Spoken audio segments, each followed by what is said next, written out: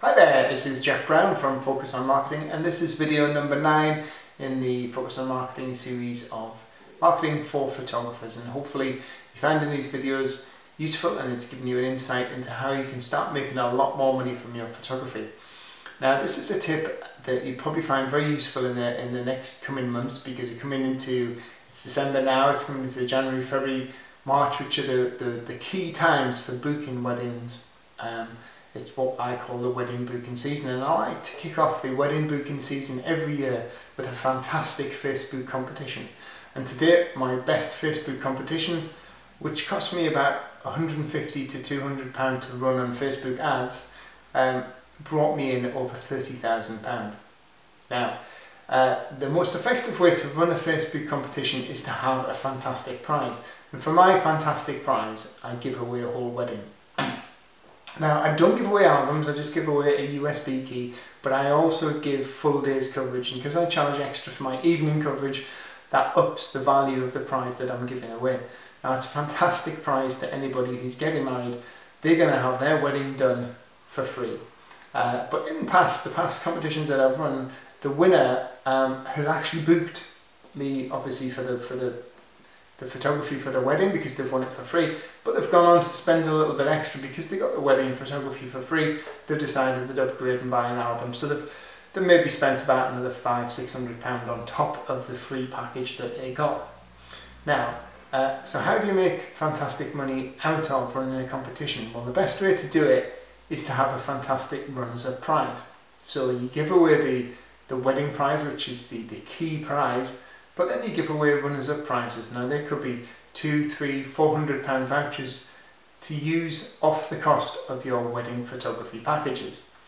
Now what you find is when people win something, when people win a voucher, they're much more likely to use that prize than they are if you just offered them a discount, because the discount is open to anybody. So if you have something on your Facebook page saying this month 10–20% off the cost of your wedding, then that appeals to anybody. If you give somebody a voucher for £200 and say, in the terms and conditions, that can be used off the cost of your wedding package, cannot be used in conjunction with any other offers, must be on a wedding this particular date, has no monetary value other than to be used off the cost of the wedding, then people will use that voucher. And I found that on the last time I ran a really good competition, the majority of people who won the runner-up vouchers did actually use them and book them for their wedding.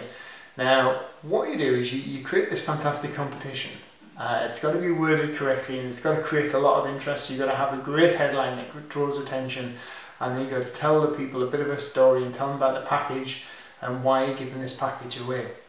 And then tell them about the fantastic runners-up prizes. So say, you know, if you're not lucky enough to win the prize, because there can only be one winner for the main prize, you could be one of the lucky winners who will run the lucky 5 or 10 winners who will win a £200 or £300 voucher off the cost of their wedding photography with me.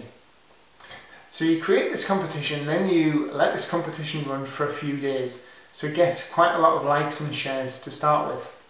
Then once the likes and shares have started kicking in, that's already built up a momentum on Facebook, and then you can do a Facebook ad. So don't advertise it straight away, don't boost the post, I don't boost posts, I use Ad Manager because it gives you a lot more variation. That's something I'll go into in later posts.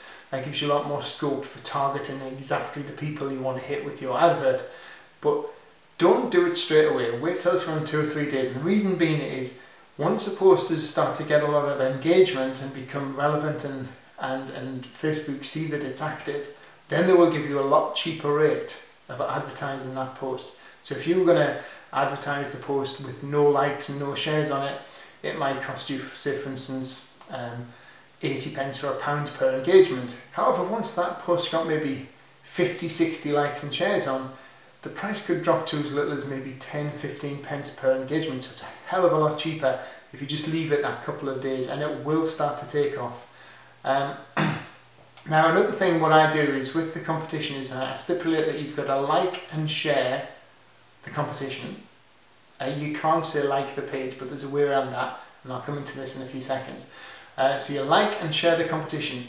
You also comment on why you'd like to win, stating the date and venue for your wedding, and tag in your partner as well. So if you're tagging in your partner, it's hitting a lot more people's Facebook pages and creating a lot more interest. Another thing is picking the date and venue. Now the date and venue, my last competition, I picked a venue that was close to me, because if I'm doing somebody's wedding for free, I don't want to be travelling the length of the country to do a free wedding. And I also picked somebody who's getting married in November, and it was midweek, so it wasn't affecting my other weekend weddings, and I only do a select number of weekend weddings each year because I like to spend time with my family on weekends. And another thing you can do is you can ask them to comment why you'd like to win. And it's always nice to have a really good deserving story why you want somebody to win. They don't just want to win because they want it for free. Somebody might have a fantastic story about how they met their partner, or they've had a particularly bad year, so you feel it would be really nice to give them something. They're a very deserving couple. Now what you'll see is when people start liking your post, they may not be liking your page. Now what you can do is, if you click on the likes, you'll see that opens a new window on Facebook, and it will list all the people who've liked your post. And then it'll have next to it, liked if they like your page. And then next to it, if they don't like your page, it'll have invite. So what you want to do is you want to go into this every single day and invite everybody who hasn't liked your page. And the chances are 99% of the people who've entered the competition, when you send them an invite, they will like your page, because they will believe that there's a much better chance of them winning that competition if they like your page. So if you get 200, 300, 400 people liking and sharing your page, and I've had, running into the 800-900s, then you invite them. That's a lot more people adding onto your Facebook page as an audience. So it's all about building your social media presence. Now what I would do as well is make sure you run this competition for about 10 days. 3 or 4 days is too short. More than a couple of weeks, then people start to lose interest. And then what you want to do is you want to keep mentioning this post in your this competition in your weekly posts as well on Facebook. So you're still building up a bit of momentum, talking about it, saying come on, 5 days to go, and pin that post, pin your competition post to the top of your Facebook page. So when people do go onto your page, it's the first thing that they'll see. So anyway, I hope you found this useful. I've got loads more information on the particular competitions. This competition that brought me in over £30,000 worth of wedding bookings. That's not bookings as in booking deposits, but actually wedding value. And it cost me about £150 to run the adverts on Facebook. So it was an absolutely phenomenal competition. Worked fantastic, and I've never had that sort of comeback from press or radio or any other form of advertising. So social media is very powerful, plus you can target exactly the people you want to hit.